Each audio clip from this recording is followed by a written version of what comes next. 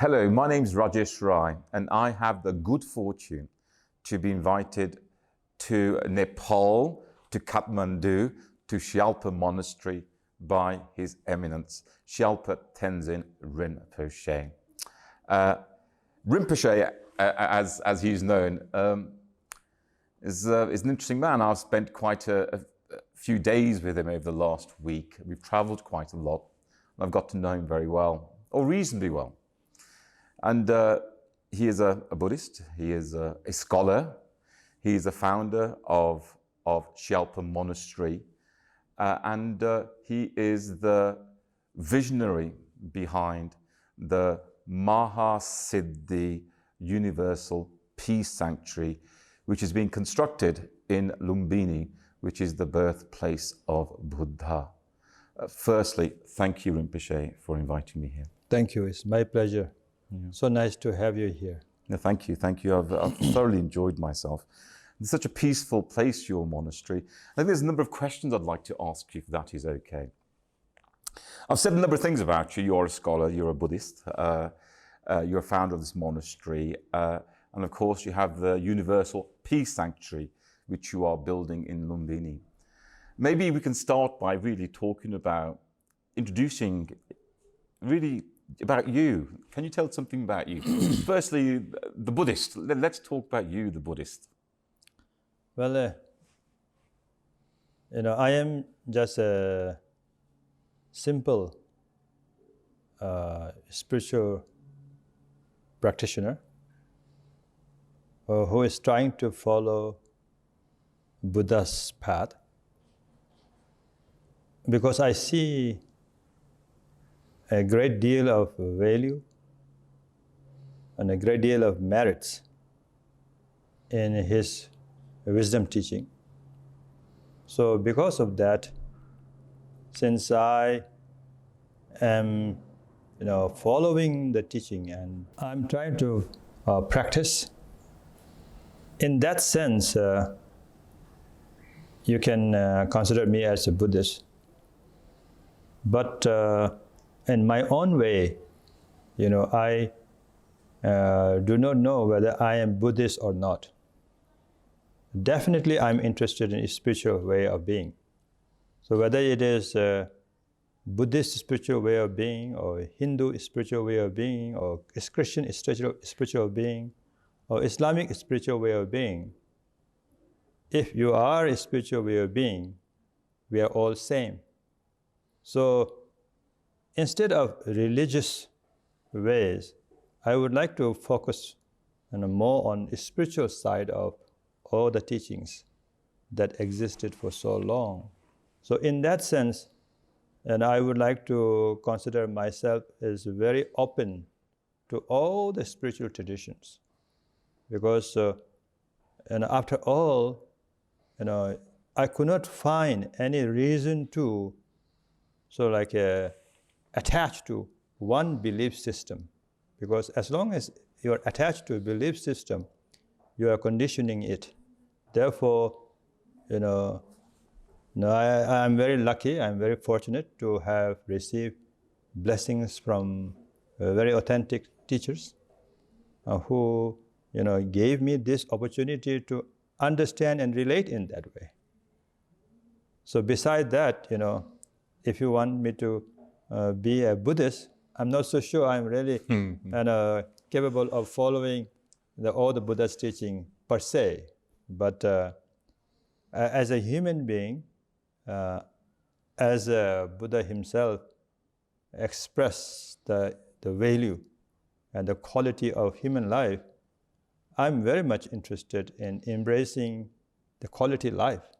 And I'm very much interested in celebrating life. And I see life is very, very precious.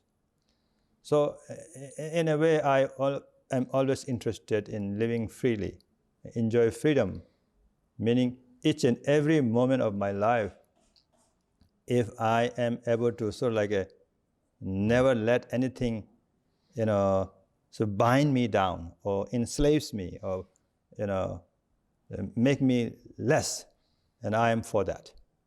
That's very helpful. It's very interesting too. Maybe I could touch on two points that you've made. One is you said you had the good fortune of being instructed by some authentic teachers, and the other is you also mentioned living fully. And I know that you've written a book, I think it was published in 2013 or 14, about living fully. Firstly, I know that you are the lineage holder of Dzogchen, or Dzogchen. Is that pronounced right? Is that right? Dzogchen, yes. Yeah. And what does that mean? Well, Dzogchen literally means great perfection. In Sanskrit, it's called Mahasandhi. So that is the pinnacle of all the teachings of Buddha, which is to lead you beyond mind, where you have this clarity and living in the luminous body with unconditional wisdom mind. So being able to experience that state, that fusion is known as Dzogchen. So yes, of course, not only I am the follower of that lineage, I believe that everybody on this earth must become the follower of this lineage. Wow. And you say you're the lineage holder. What does that mean? What lineage holder means is that you try to maintain that awareness of nowness. So in that awareness of nowness, if you are able to experience the great perfection, you are complete. Yeah. So that completeness, if you're trying to meditate, if you try to act with compassion, if you are able to become inseparable with this view, inseparable with this state of your mind, and that is the lineage holder, which is known as awareness holder. So awareness holder, and really in our tradition, like my guru, His Holiness Chatra Rinpoche, transmitted the teachings to me. Similarly, his guru transmitted it to him. So similarly, all the gurus received this transmission from previous gurus. So in that sense, our lineage is unbroken, uncorrupt lineage until now from the time of Buddha. So this is what lineage holder means. It's something that I can go on talking about, but this is not why we are here. But it's fascinating, and I suppose the Dzogchen or Dzogchen teachings have found some kind of expression in your book, Living Fully, which again I've read, and I enjoyed the book immensely. And what was your inspiration behind that book? You see, it's very interesting how this book came about. This is how I have been since I received the empowerment and transmissions from my gurus, that I express my realization when I give teachings to my disciples, when I give talk or seminars or retreats. So over 20 years in the US and Europe and some part of Asia, they have requested me to give talks and teachings. And sometimes universities such as Harvard and Naropa universities, or such as temples and churches, when I gave teachings, and I never prepared to teach.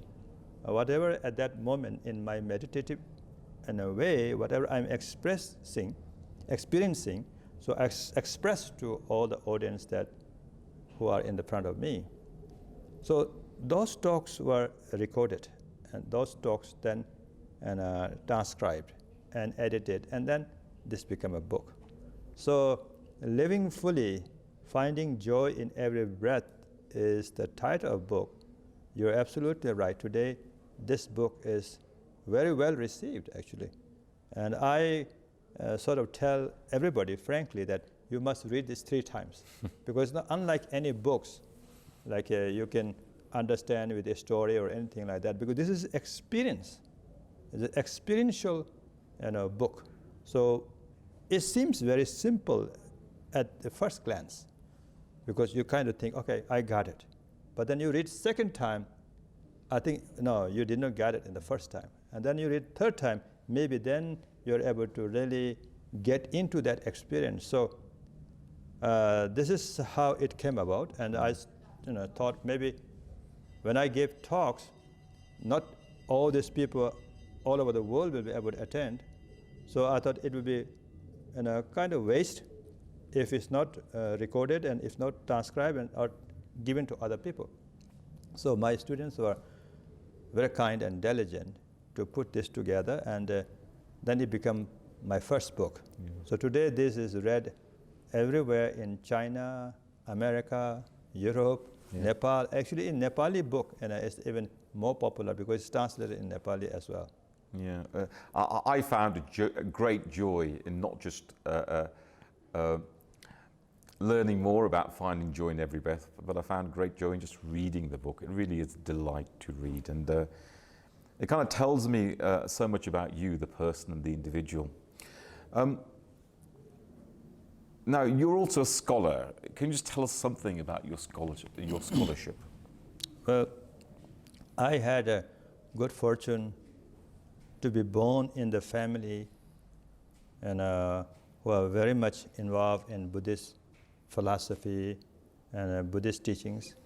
And I had this kind of like a karmic connection where I was recognized as a holy child of some kind.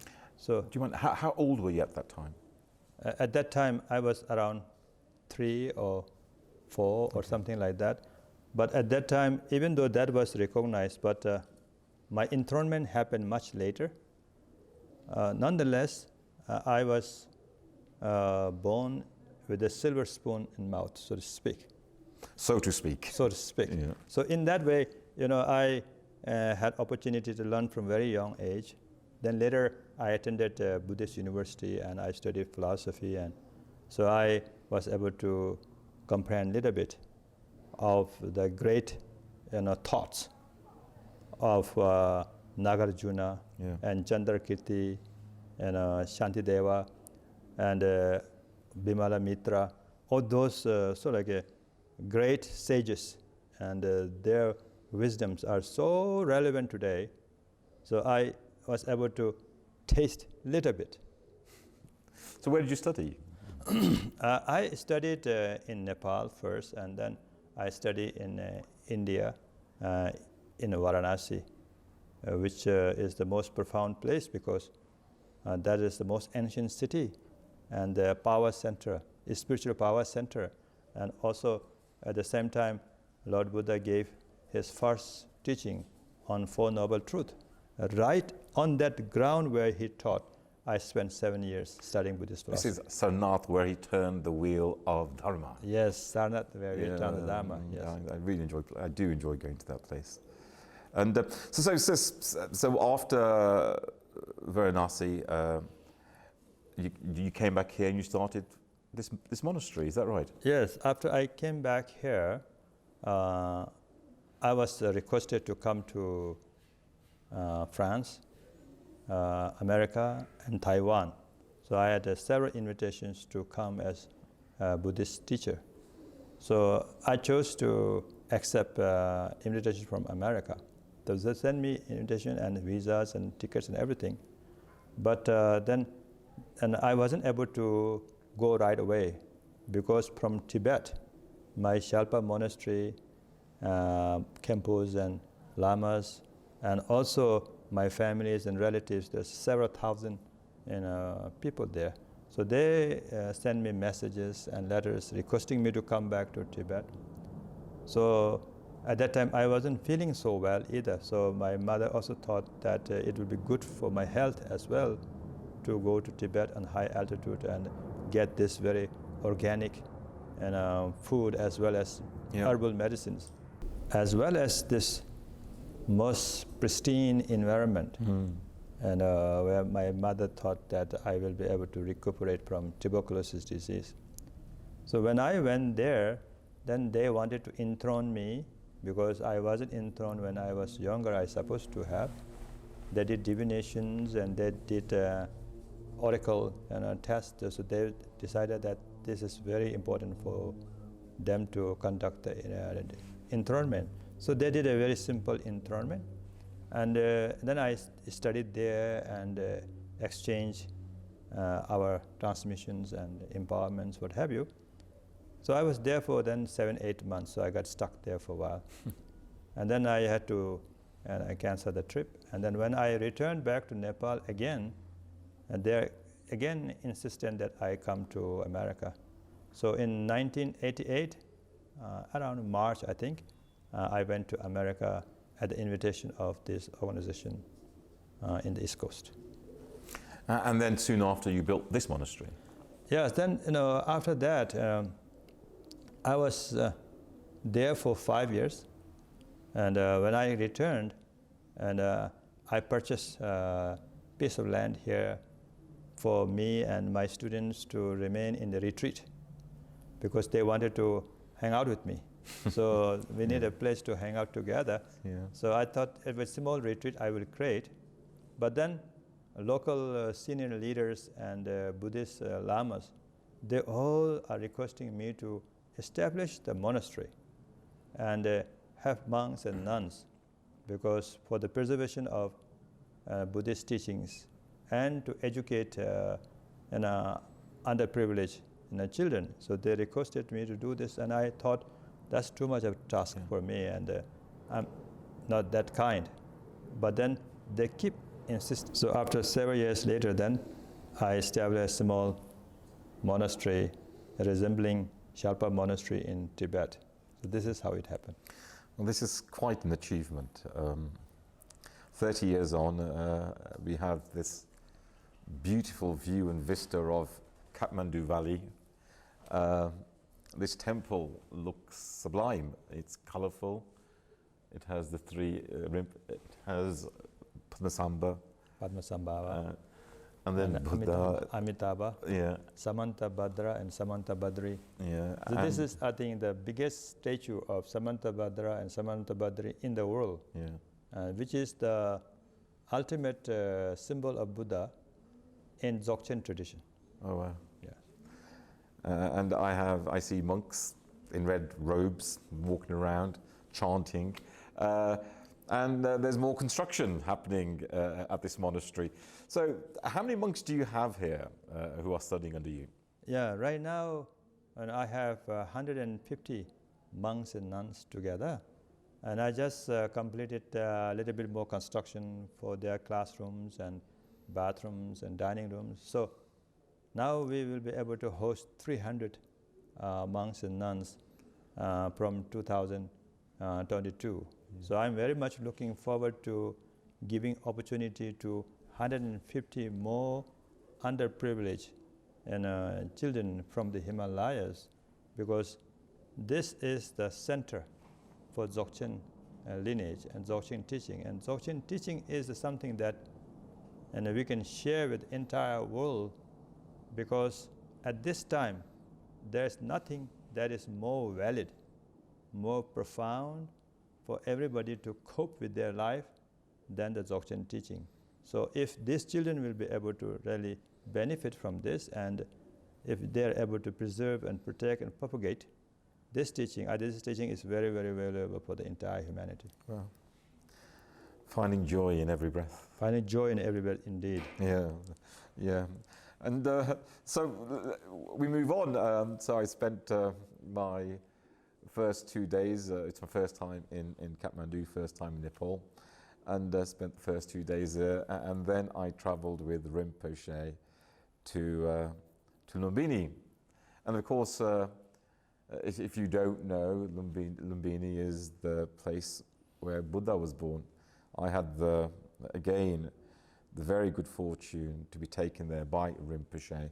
And you actually see there's a small construction around the site of the Buddha, and there's a stone there, and that is where it said that Buddha's mother, Maya Devi, gave birth to Buddha. And of course, I just couldn't, I was awestruck by the thought that this was the site of the birth of one of the greatest humans especially the last 2,500, 3,000 years. And no doubt that's why Lumbini is of such importance. Ashoka the Great put up is it a stupa or a pillar? Pillar, stone pillar. A stone pillar almost again, was it 2,000? Yeah, 2,000 something years ago. Yeah, 2,300-400 years ago. And you're building a universal peace sanctuary almost 5-10 minutes walk from the place where Maya Devi gave birth to the great Buddha. How did that come about? I had a great opportunity to travel all over the world for almost 30 years. And I had a great fortune to meet so many wonderful people all over the world. And then I also read the history of many sacred places around the world, where I find that there are great many sacred places on this earth, which are very well preserved and which are very, very helpful to everyone all over the world, such as for Christianity and Judaism. There's Bethlehem and Jerusalem. Such as for Islamic tradition, there is Mecca and Medina. Such as for Hindu tradition, like Ram Janam Bhumi, which is very, very sacred. And for Buddhists also, like Bodh Gaya is considered a very, very sacred place. So these all are very, very profound places and served humanity for many, many thousands of years. However, today, in 21st century, I found that these sacred places are not inclusive enough for religious followers as well as for spiritual beings. And in 21st century now, today, millennials and Gen Z, I'm not so sure they're so interested in religious ways, but they all are definitely interested in spiritual ways because they all want to be happy. So I was thinking and I was contemplating that there must be one place that is for all spiritual beings, for all peace lovers, whether you belong to any religion or no religion, whether you believe in any system or no system, for every race, for every color, every creed, every gender, and for Eastern or Western, for entire humanity, there must be a destination for every peace lovers, so that can be a most inclusive place. So when I thought about that, and I had a vision, and that okay, this birthplace of Prince Siddhartha has a possibility to become the fountain of peace. Because there, this Maya Devi, she took her responsibility as a mother seriously. And she was willing to sacrifice her life to express her unconditional love. Because she was told in a year before that when she gives birth to this child, she will no longer live. Wow. And she will die. All these omniscient beings and seers and sadhus told her in the palace. So can you imagine the feeling that she must be going through, anxiousness and stress and ambiguity and confusion, but still, as a mother, she is willing to express her love by giving birth to a child. So that symbolizes to me every mother today, every mother in the past, every mother in the future. So I thought, okay, if we are going to build a lasting peace within and peace in the world, that must be built on the foundation of unconditional love. There cannot be any more sacred place than that as a symbolic where Queen Maya Devi, knowingly, she is willing to sacrifice. This is my way of honoring all mothers, saying that there's no way we can repay the kindness of our mothers. And that mother to symbolize is wisdom to me. So therefore, wisdom will be the source for peace. And that's why I chose Lumbini as sacred place. And then that happened to be UNESCO World Heritage Site. And that was recognized by many, many great beings, including Secretary General of United Nations and all the presidents and prime ministers around the world as well. And that's quite beautiful how you express one of your inspirations and how you see Lumbini actually. Yes. It's you see it as really a gift by a mother to the world of the message of enlightenment. Yes. Yeah, and it is I wonder what Buddha would say today if he saw that you were building a monument, a universal monument to peace, rather than promoting one religion or, did you have any views of that? What do you think Buddha would say? What I am doing is, I'm using this Lumbini Universal Peace Sanctuary and as an excuse to relate to everyone, where each and everyone will be able to invoke one's own basic goodness. So to me, that's the very, very important thing, because Peace Sanctuary that I'm building in Lumbini is a great, because we have so much to do there. We have a great idea how we can serve. But the service is for each and everyone around the world. So in that sense, I think the way the Buddha was able to sort of express his realization, the way I'm approaching everyone right now, probably complements each other. Yeah. The construction has started, but there's a long way to go at the moment. So on this journey of building this symbol of peace, I'd imagine you probably need many thousands, if not millions, of helpers to realize your vision. And no doubt, when you start building a symbol of peace, you go through the journey. You want to understand what peace is, and you are lighting the flame of peace in all of these people who are going to journey with you to build this symbol at the birthplace of Buddha. Is that how you see it? Yes, that's exactly what I feel, because it's in my way of sort of like acknowledging that we are all on this journey together. So in a small way, how can I support you so that we can take this journey together and we acknowledge each other.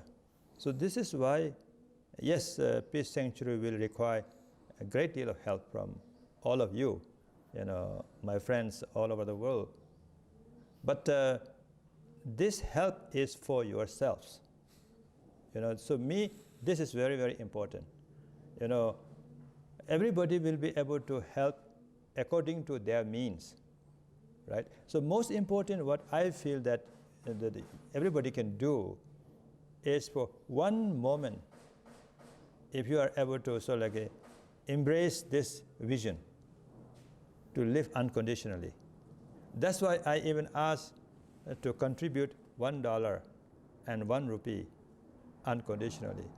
So of course you can contribute much larger, but point is not to gain something selfishly or give something selfishly. Point is here to not to condition anything, where you're able to express yourself freely so that you will be able to celebrate your life. To me, that is a generosity. Mm-hmm. That's how we are going to build this Universal Peace Sanctuary, I think. Yeah. In one sense, the way I see it is you're building this symbol, this flame of peace. At the same time, those who journey with you are building that very same flame of peace within themselves. And one perpetuates the other. Yes, so that we can all take this journey together. Yeah. And by giving each other a helping hand. Yeah. Because after all, what I feel is that we have to acknowledge that we all are same. We all are very vulnerable. We all want to be happy. Nobody wants to suffer. It is inevitable that we will have to depart from this existence, and there's no choice. And nobody wants to exactly take that route yet. Yeah. And they would like to expand, we would like to extend as long as possible, right? Therefore, I see a great deal of vulnerability within everyone, great deal of vulnerability within myself. So it's very important for us to nurture and grow, strengthen in a way that we will be able to handle whatever is in front of us. So this Universal Peace Sanctuary will be the fountain of peace, where you will be able to find the nectar and ambrosia to cure yourself from all diseases, such as anger, jealousy, pride, insecurity, what have you, you can name it. So this is the vision, and this is the reason we feel this peace project is very, very valid today. You started this this conversation by talking about you as Buddhist and saying, in one sense, you're moving more into the sphere of, and please forgive me if I do get this wrong, you're moving more into the sphere of spirituality as opposed to Buddhism, although there is, of course, an obvious connection. I've always, and of course, building the peace sanctuary in Lumbini has a definite Buddhist connotation because that's where Buddha was born. My first question to you is, I've always associated Buddhism with compassion, and you talk in terms of peace. And again, there's another obvious overlap between peace and compassion, especially one in terms of emotion. But how do you see the similarity between peace and compassion, and the distinction between peace and compassion? If we had to follow a spiritual tradition, and he will follow Buddha's wisdom tradition. So when he said Buddha's wisdom tradition, what to me means he's talking about compassion. Because his intelligence is able to perceive the quality in the teaching that Buddha expressed. So to me, that is compassion. Compassion is another word for intelligence. So you cannot create peace without intelligence. Today, we have wars because of ignorance. Wars not because of peace. So peace, to create peace means to have limitless compassion. So I see the great deal of value here in this teaching. So if Albert Einstein says he will follow Buddha's wisdom, I assume, maybe it's the wrong thing for me to assume, but I assume that he is not a Buddhist. So therefore, I see a great deal of opportunity for us to really bring about a wisdom that is really needed today in 21st century. And so valid, so relevant, that everybody can embrace and apply it in their daily lives. So you almost see peace as a gift of compassion. Yes. Peace is an expression of intelligence because, we think about life. We want to live life. To live life means you have to find peace. And as you just suffer, there's not life. At least we don't think it's life.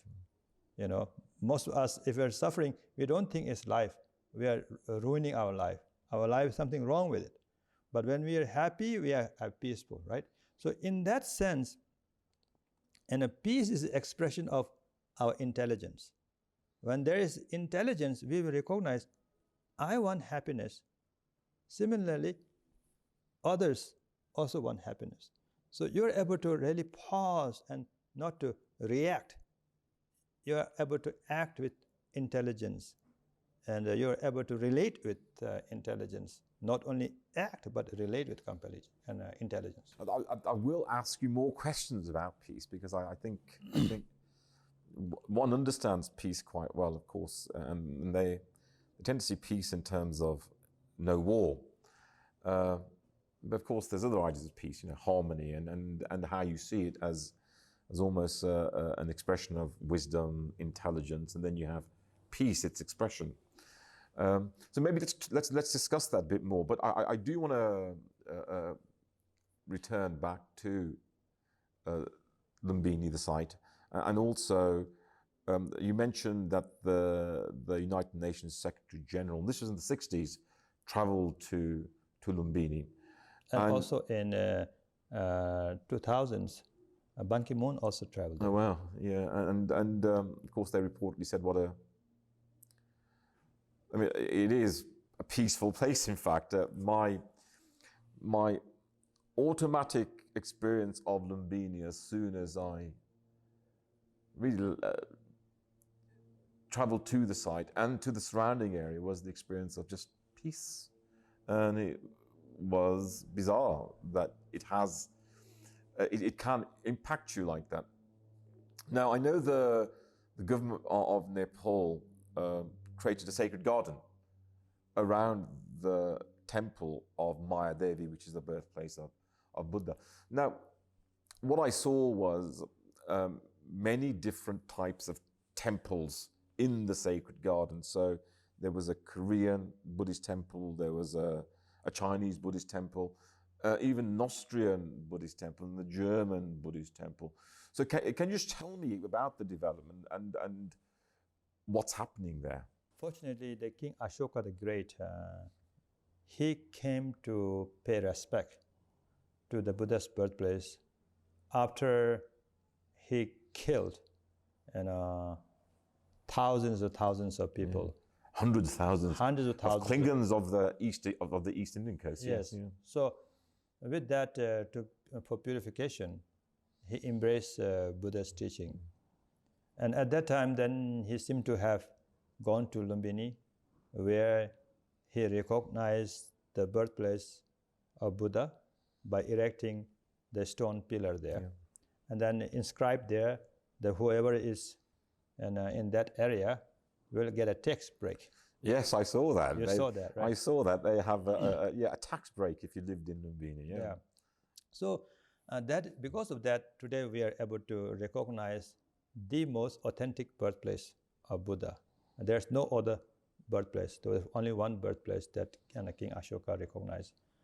And that's his kindness and his vision, because, after all, everybody wants to do something meaningful, and that's what he did. And then on that ground, today, former king and the United Nations Secretary General U Thant, and they were able to then dedicate a piece of land, and as big as Central Park of New York, or maybe bigger than Central Park of New York, as the Sacred Garden. And then they have invited this very famous Japanese architect, Kenza Tange, and he did the master plan, very beautiful master plan. And then, according to his design, they had many plots where different countries around the world can represent their version of Buddha's teaching or their representation of peace in Lumbini. So today there are lots of, as you said, Korean, Japanese, Chinese, all those monasteries are there. So for us, and my organization is in the USA, which I founded in 1989, is a non-profit tax-exempt charitable organization, 501c3. And I requested a plot of land there, and the Nepali government kindly granted a 99-year lease of this plot. This is where we are building Universal Peace Sanctuary. So unlike other monasteries, here is my vision is to make sure this belongs to entire humanity. Even though my organization is from USA, and I'm sure US Constitution and forefathers of US, they embrace this freedom. They embrace this, human rights. They embrace the equality.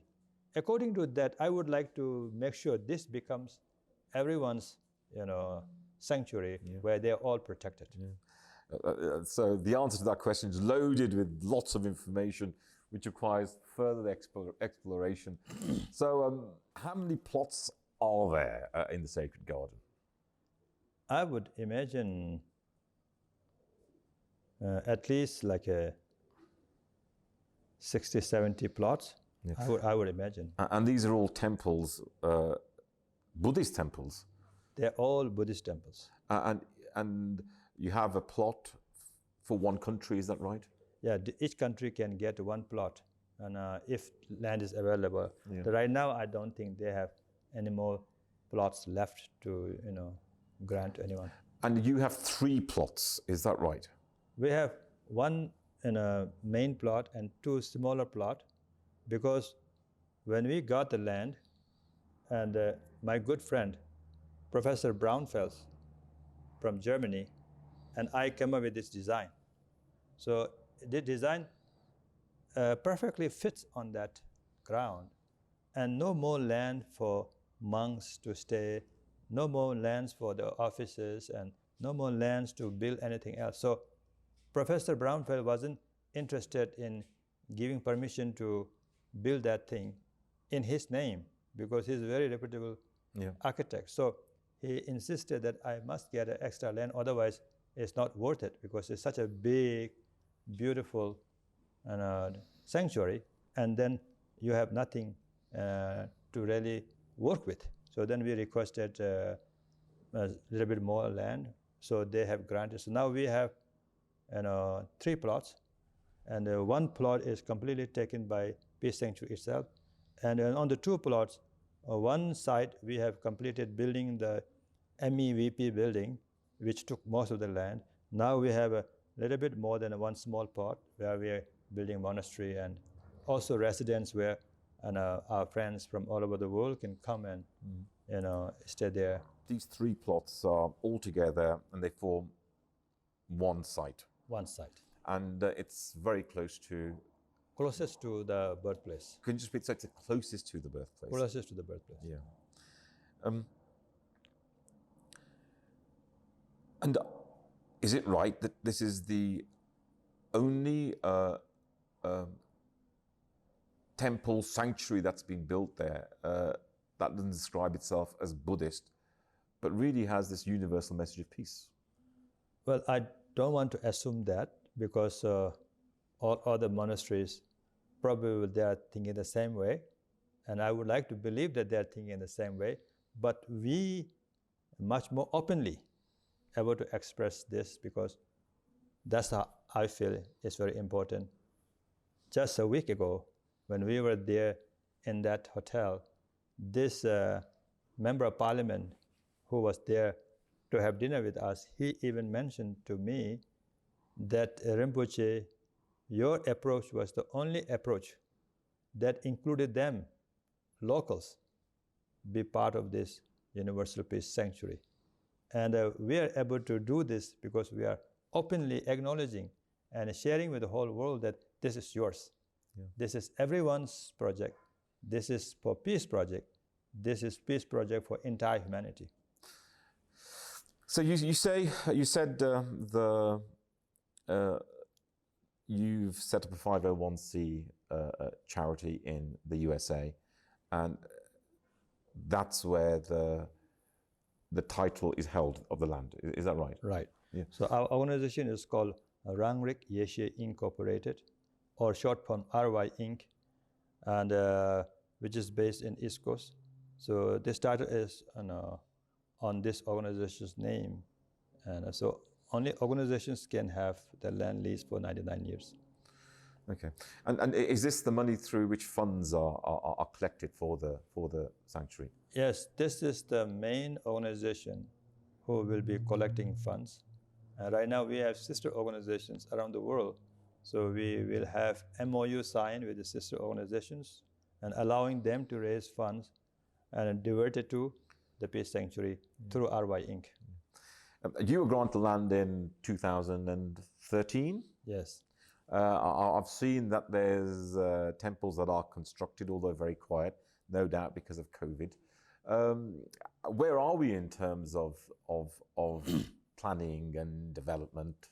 Well, I think even though it seems like 2013 is quite far away, but actually we have accomplished so much. First plot that will receive land in 2013, but until 2017, we're not able to do anything because unless until we are able to receive that extra plot, we are not able to do anything on the ground. So it took 3 years to get that land, but we succeeded in obtaining the land. So in 2017, pretty much now we have all land to plan. So then we work with all the architects and engineers and designers. So it is really a special project. So it took a long time because even best architects, best engineers in the world, they are saying, wow, this is very difficult project because this is such an intricate, such a profound project.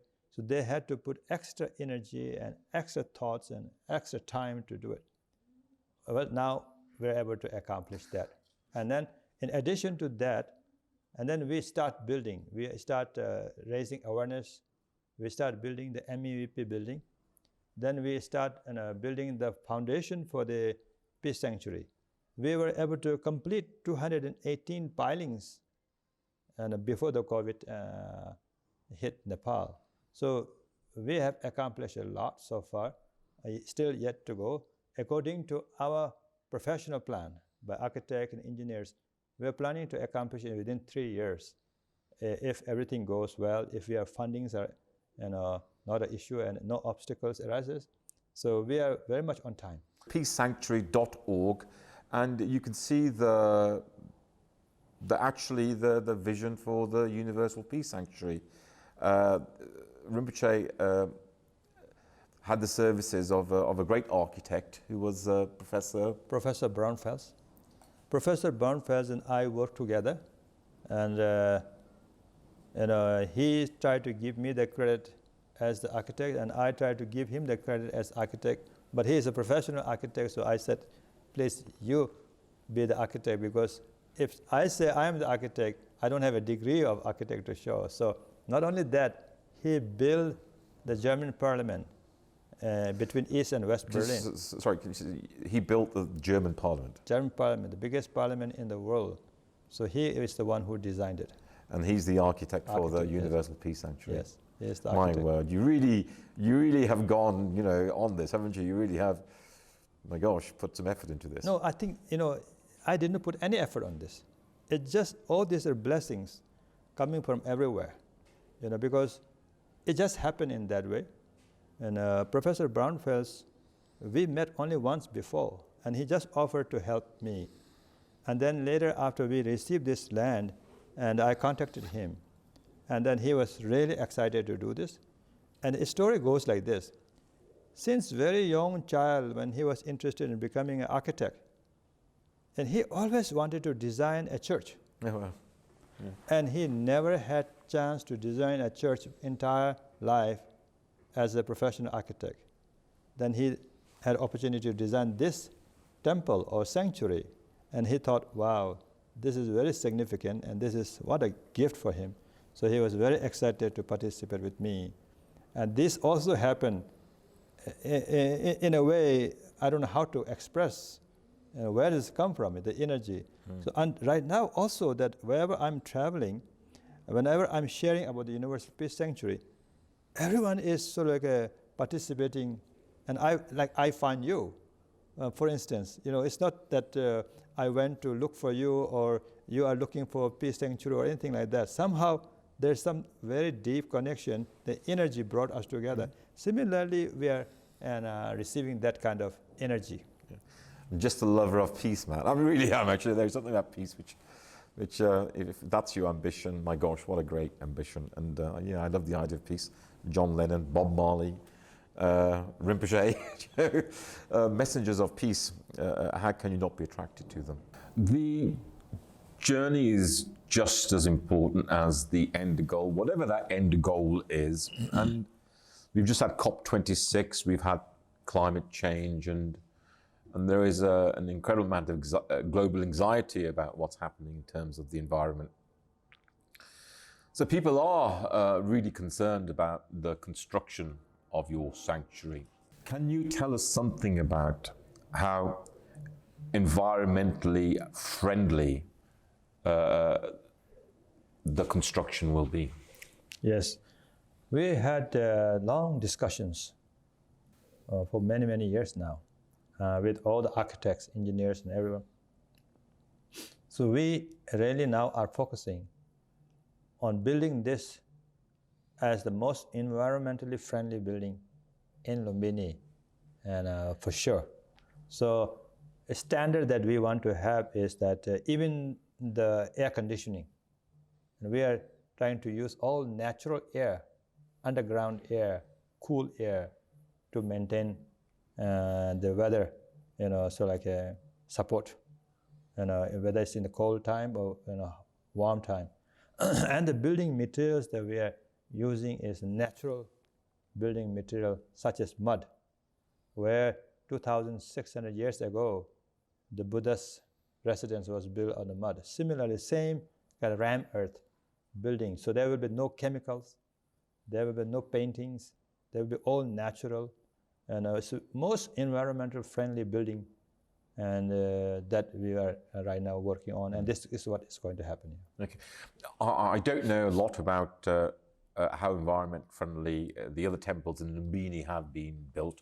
Is there a standard that you are using, or that the standard that you have that you pay reference to in your construction? Yes, there is a Singapore standard, and for sustainable goal, environmental sustainability, there is Singapore standard, which is #1 standard. So we discuss about that, whether that is feasible or not. That itself is not feasible, because then we have to bring lots of material from overseas, because we cannot find here in Nepal. So according to the local material that we can find, so this is going to be the most environmental friendly. Because if you're not using a brick, for instance, we're not using brick, and because walls will be mud. The mud, same mud that we are going to ram there, and it's going to be the walls of this building. So in that sense, I think it's actually it's better than Singapore standard, if you can say that too. I've been here, as I say, for the last 3-4 days, and you are constructing I think some dwellings just here actually, and I've noticed that really there's very little machinery, and you're using a lot of mud, and they're patting the mud down, and so is that environmentally aware? Yes, exactly. So now this building, and in the winter time, and it will be warm, natural warm, and summertime it will be naturally cool. So we will not need to use so much electricity to heat the room or cool the room. So this kind of a standard is what we are using in Lumbini. Actually, this is what I'm trying to see what it's like. So we will replicate this in Lumbini. That's the idea. When I was in Lumbini, I also noticed you planted a number of trees. How many trees have you planted there? We have planted 1,118 trees we planted in one day, in a Buddha's birthday. So, and I personally love trees, because I always lived in the forest. So I wanted to make sure this becomes the most beautiful place for where people can have oxygen. So you cannot breathe and find joy if there is no good oxygen. Yeah. Tell me, also in terms of ethical standards, how do you have ethical standards when it comes to the ratio of men, women that you employ, how you treat your employees, how you treat your construction workers? What kind of thought has gone into that? Well, what we try to do is, what is available locally, we try to apply that. For instance, there are many things women can do. So we try to provide all those work for women. As you saw there, all those ladies are cutting grasses. There's dozens of them cutting grasses. So we employ them. And there are some who are riding JCB and excavators, who are driving tractors. So those are the men. We saw half dozen or so last time in Lumbini when the construction started. So similarly, we are aware of that and we try to employ in this way. But in my mind, 51% of the world's population is women. So therefore, actually, we should employ more women to have equality in the future. Because as we are able to conduct our activities there, this is what I would like to see happen. It's an odd one because you are in Nepal, you are in Lumbini, and of course I come from the West, and we are becoming more and more aware of ethical behaviors, especially in terms of how we treat various sexes. In fact, how we describe what is your sex and how we deal with the whole thing now. What is your view of that generally? And sometimes your philosophy behind it, and understand that philosophy is very important because, of course, it means this is something you've given thought to and something you will implement, I hope, in time to come. What is your view of it all? Well, in my view, which I try to practice, all women are considered as goddesses.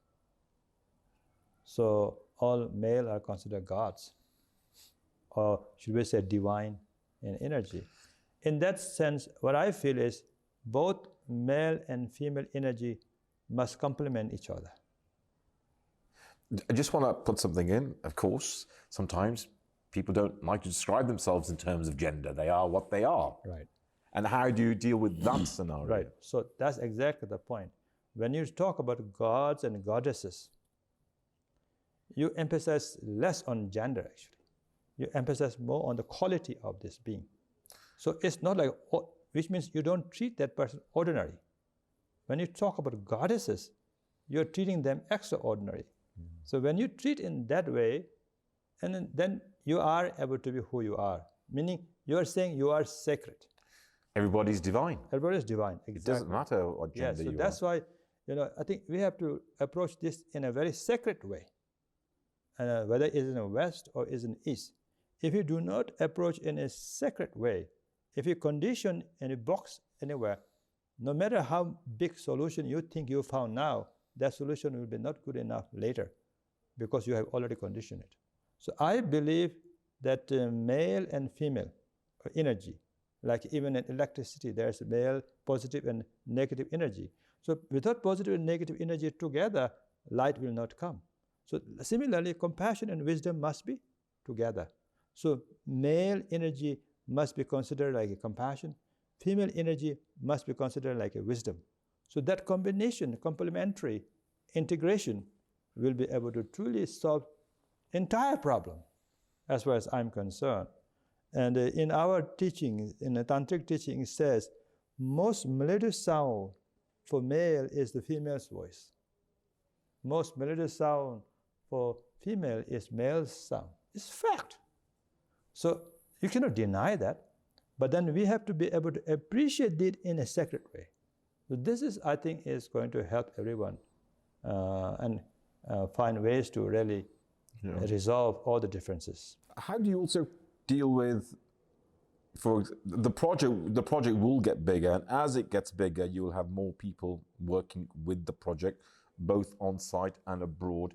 So how do you deal with things like child labor abuses or child labor full stop, and again abuses within the workplace? How would you deal with that? Have you thought about it?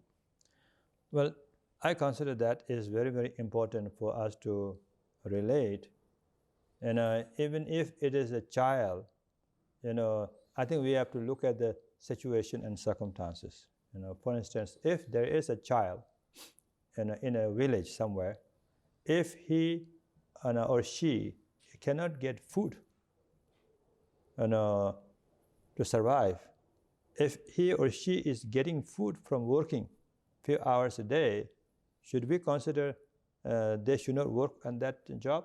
I don't think so. They should work on that job 1 or 2 hours a day because they have to survive. But if they are not for that reason, if somebody is abusing and using it without respecting their human quality and human dignity, if we are making them work, I think that is the wrong thing. Yeah. So child labor, you have to really very, when you're living in a third world country, some parents, they send their kids to farm, Maybe that is not right thing to do. If they can afford to send to school, send to educate them, that is possible. But if they don't have any means, for human beings, most important thing is to survive, right? So beside that, without having that kind of understanding, if you're trying to use child labor and things, I think it's a very, very wrong thing, because and you disrespect yourself. When you're disrespecting others, you're disrespecting yourself. Yeah. But shouldn't children be at school rather than working? All children should get school, but that environment must be produced first. Without producing that environment, we cannot fantasize that all children must go to school. So we have to first build that opportunity for all children to go to school. That's my point. I'm not saying that they should not go to school, but environment, situation, you cannot apply everything that in a developed country to go to the undeveloped countries. You have to do exactly the same thing. Then fine, produce the opportunity for them, bring the resources and do it. I see this problem because like how many monks I have here, 150 of them, these are the kids who cannot afford to do anything, and they are given to me here. But you're teaching them. They're going to school, you teach them with respect. Yeah, I'm teaching them, educating them, giving opportunity there, because I have that much resources to offer, right? If I don't have that resources, this 150 kids, and maybe doing some child labor, I cannot blame them because they don't have opportunity to learn. Therefore, they have to eat and survive because parents cannot afford to give them. Parents also rely on children. Same thing, ancient time also, you have one family, few husbands, one wife, and a few brothers, one wife. This tradition exists all over the world, right? Because why? They want to survive. This for survival instinct. Now today, we all have jobs, we all are independent. That seems like a taboo for us because we were not in that time, 700 years ago or 1,000 years ago. So exactly, I think we have to be able to have compassion, which means apply intelligence to really validate their ways. I mean, it's a very sensitive issue, I think. Very sensitive, yeah. I think it's incredibly sensitive. Yeah. There is a certain hard reality that comes because of where you live. Right. Nepal had its own hard reality. Right. People need to eat before they can feed their minds. Right. But at the same time, you are spiritually aware. You need to bring that into practice and to find balance. Yes, that's why, in this COVID time, I don't have much means, but I established 150 more rooms for 150 more children to study here. I wish I can have thousands of rooms to host all the children, but I don't have. So what I'm now trying to do is trying to create this online teaching. We will have headquarters here at the Shyalpa Monastery. We will invite from America, Europe, China, everywhere, India, experts. They teach online. And we will zoom out to all the villages in the Himalayas. And only we need to have a screen and online service. And a certain period of time, morning and evening, after and before schools, we would like to teach them. So at least, we have to do things like that. So we have to be creative instead of saying, okay, child labor is bad. Yes, child labor is very bad. But first, before we say bad, we have to provide them the good one. What is good, we provide them, then bad will not come. If we cannot provide the good one, we can say bad, bad, bad. Then that is imposing your view on somebody else. But that is not right. Because no matter how profound view, good view you think you have, if you're imposing on somebody, that view is wrong view. This is where enlightened leadership becomes incredibly important. It's knowing where that fine balance is between abusing children through labor exploitation, and really understand there's a hard reality in the lives that they live. Right. But what is paramount is education, and the use of child labor at the expense of education is just not acceptable. But then you have to provide the education, and that's what you're working with at the moment. And I'm absolutely against child labor. Yeah. But when you say you're against, you have to provide them what you are for. Yeah. You are for the education. So I mean, if you cannot offer them education, then you cannot go against whatever they're doing. So like in my small way, 150 monks and nuns I have here is exactly so like my expression of my love, to give them freedom and equality and opportunity. So I'm going to go back to gender or no gender, as the case may be. And you talked in terms of women cutting grass and men driving JCB. And as I say, the project will get bigger and you will have many, many people. So would there come a time where you will be training, for example, those who identify themselves as women to be driving JCBs, for example? Would you confine a role simply because of their sex, or would you say, well, actually, the role is sexless, and if people want to do that, it's something they can be trained to do? I'm using JCB as an example. Well, I don't think we will be able to train them to drive JCBs. I understand that. If they are JCB drivers already, we will definitely have them first. Perfect. Yeah, understand. Okay. I want to go back to peace, Buddhism, if I may.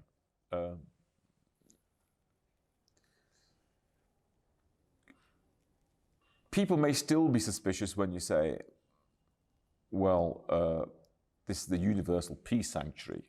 But the fact is, it is on the birthplace of Buddha. You are Buddhist. And for all intents and purposes, it is Buddhist. How can you say it's universal when on the face of it, it comes across as, well, on the face of it's universal, but really it's Buddhist?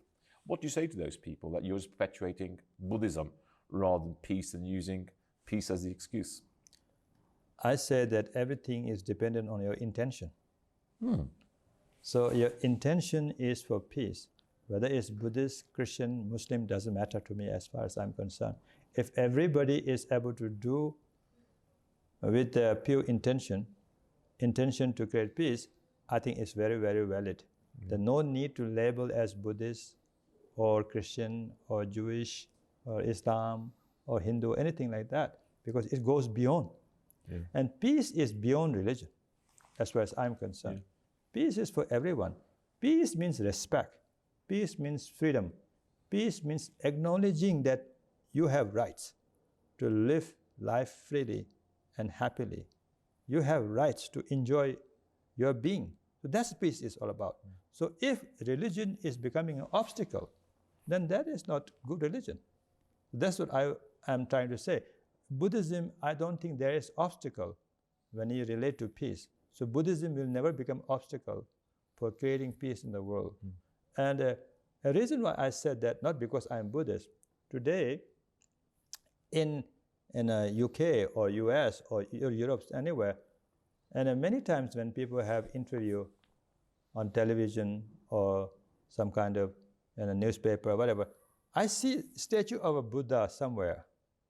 In many living rooms, probably in your living rooms too, even though you are Hindu, but you have a Buddhist statue somewhere in living room, right? Many. So that to me says something that inside, instinctively, you feel this is peace-loving, enlightened being. So we try to associate with that, right? Not because we are Buddhist or anything like that. So I feel there is a way for us to make this become most inclusive place without discriminating anyone, inspire everyone to feel this natural, innate goodness. I was inspired by your project because I don't see Buddha as a Buddhist. But I do see Buddha as this amazing, powerful symbol, a symbol of peace. And the peace aspect, to me, is almost transcendental. It's just paramount. It is, it is. To me, that is Buddha, and that's what I see in the Universal Peace Sanctuary. That is me, though. Now, you almost describe it as secular. This sanctuary that you are building, and are there examples of how you will show that it is secular rather than Buddhist? Can you give some examples?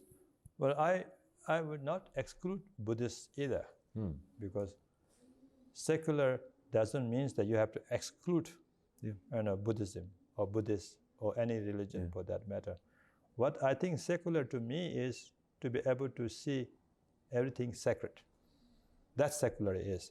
So you don't have attachment to one point of view and one belief system or one tradition per se. Secular means that whatever is the most effective in this moment is embraced, is secular. That's secular. I would try to look at it that way. So in that sense, yes, there will be lots of activities in this Universal Peace Sanctuary. There is a 1,500-seater conference hall. So anybody will come to have conference there. We will be able to host them. We will be able to allow them to conduct their seminars and their retreats and conferences, whatever they want. Similarly, there are many, 5, 6 rooms where 80, 90 world leaders can sit and negotiate and try to find solution through dialogue. So that's also going to happen. If there is some Buddhist masters comes and who wants to give teaching, they are also welcome. Anybody else, who wants to come there, who wants to be Hindu, who wants to be Christian, they wants to be Christian, but they want to understand the peace and embrace that, they are also welcome. So I think we can really provide an inspirational environment where everybody can feel that they're included and this is their sanctuary. So this is the idea behind it. And then beside that, there are many projects for environmental project. How can we create a sustainable environmental project? How can we help the women in rural areas? How can we give them an understanding of equality? How can we give them training in the farming? How can we create hospitals? How can we create schools for the needy? All these things, I think, will happen, and under this Universal Peace Sanctuary umbrella. On your website, peacesanctuary.org, you do describe some of the works that the Peace Sanctuary will be undertaking once it is constructed. Can you describe some of the things that you have described already some of the things that you say will be happening at the Peace Sanctuary. Can you say more about that? Yeah, in our website, there will be a library. In that library, everything to do with peace, we will have this there. And we will have researchers. We will have think tank. And to create peace, sustainable peace, lasting peace. So that library will be dedicated in that way. Similarly, we will have a museum. Museum will educate people through the historic depiction of how peace leaders created peace and how peace leaders led their communities in a historical time, as well as how we can create a peace. What is the example of peace? What is the design of peace? What is the image of peace? So on and so forth. We will have this library as well, so a museum as well. So these kind of settings will be universal, where people will be able to learn, people will be able to participate, people will be able to research practically. They can share their thoughts and minds and wisdom in this tradition here, in this land here, so that this will be disseminated. This will be spread everywhere all over the world, so that really we will be able to create a peace on the foundation of unconditional love that everybody can relate, everybody can understand, everybody can feel. So therefore, I feel this will be a universal peace sanctuary, because everyone will be able to come there and relate to this peace sanctuary and participate in it. So therefore, we need really great thinkers and great researchers great philanthropists, great social activists, great environmentalists, and great peace lovers. So these people must not join me, because this is not my project. This is our project, and this is everyone's project. So this is exactly what I would like to see this happen. Because peace has many, many, many faces. So there is the religious component of peace. So, for example, a Buddhist view on peace, which has been studied over 2,000 years. So there's an intellectual side to a Buddhist point of view, but there's an intellectual side to a Christian point of view, which has been studied, which is also religious. There's also the spiritual point of view, but also peace is studied as an academic subject at university, many modern universities. We have international law, and there's diplomacy happening all over the world as we speak, simply because of the times that we live in. And what you're saying is that we need to incorporate all these many faces into this sanctuary. Is that right? Yes, that's exactly right. So peace means reasonably recognizing other person's issues. Peace, you're not going to create peace because you have one belief system, therefore peace has to be this way. No. Even in peace negotiation, you have to recognize first and foremost what is their concerns. Yeah. You have to legitimize their concern first. Then you will be able to come to a negotiation table and you'll be able to create peace. If you don't recognize it, you cannot create peace. So therefore, I consider this will be the most important point to make it most inclusive place for everyone. Yeah.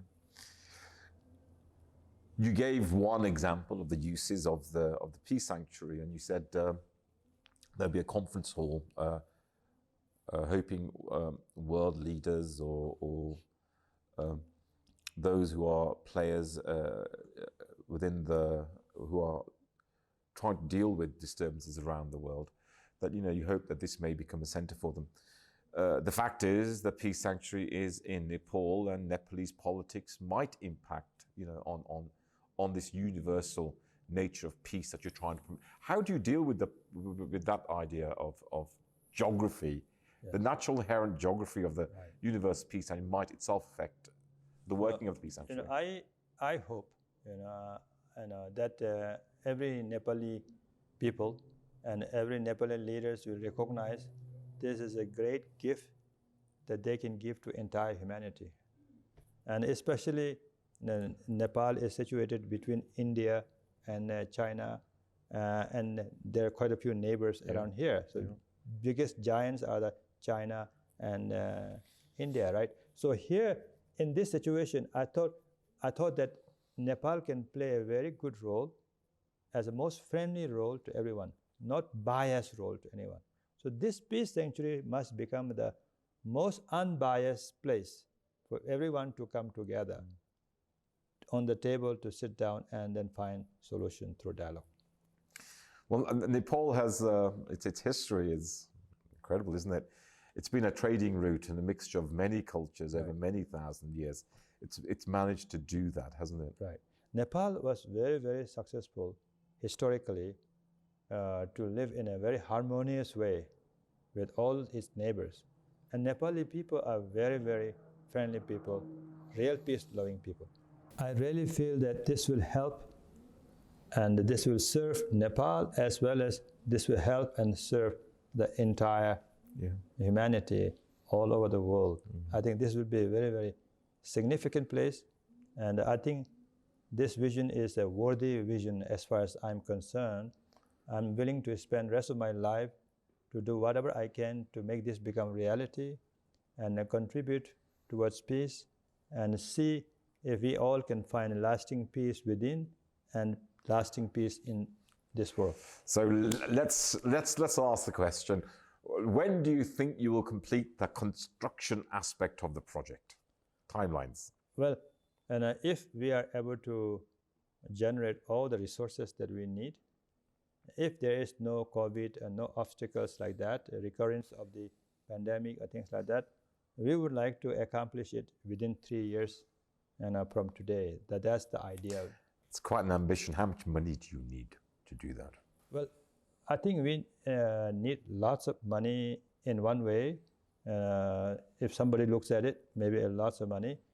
If other people look at it, maybe we need a very little money compared to what they used to do. So in that sense, I think more than money, what I need is everyone's good wishes, everyone's open heart, everyone's generosity to see this as the most valuable project for themselves and for everyone. So if we are able to make everybody see this, we will be able to reach the goal, raise the money, accomplish it. Because already people are very, very generous.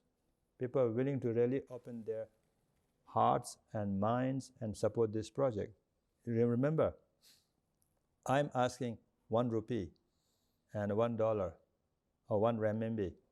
So in that sense, people are open to give whatever they can give. But I feel that generosity in people's heart is inherent.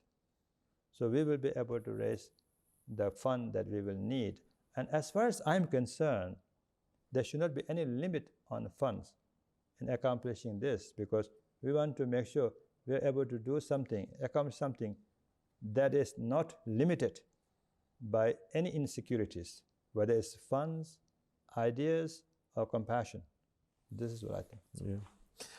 Do you have any final words to say about the universal, the Mahasiddhi Universal Peace Sanctuary? Yeah, I would like to say to everyone that this Mahasiddha Sanctuary for Universal Peace is for all of us, and not just all of us in this generation, for many, many generations to come. So therefore, it is our responsibility to truly celebrate our life and find peace within, and at the same time, we contribute towards finding peace by many, many generations to come for hundreds of years. So therefore, it is our responsibility. I would like all of you to take this responsibility seriously and join me as your own project, so that we all can accomplish this project together for the greater good of entire humanity. Thank you so much. That's what I'd like to say. Well, look, thank you, Rinpoche. I've really enjoyed my time with you. I've enjoyed staying at your monastery. I've enjoyed traveling with you, staying in Lumbini, walking around Lumbini, and of course, just love Nepal. Nepal is, relatively speaking, a small country, but as you land into Nepal, the airport, it says, welcome to the birthplace of Buddha. My God, did this individual change, history. And then, of course, this is the land of the Himalayas and Mount Everest. 2 gifts to the world, actually, the highest mountain in the world. And Buddha, Nepal is known for that. I hope in time to come, the Universal Peace Sanctuary will have a similar stature. So, visit the website, peacesanctuary.org. Please help in any way that you can. And fundamentally, you're lighting up a flame in your own hearts with the message of peace by creating this symbol. So join us. Thank you. And thank you, Rinpoche. Thank you.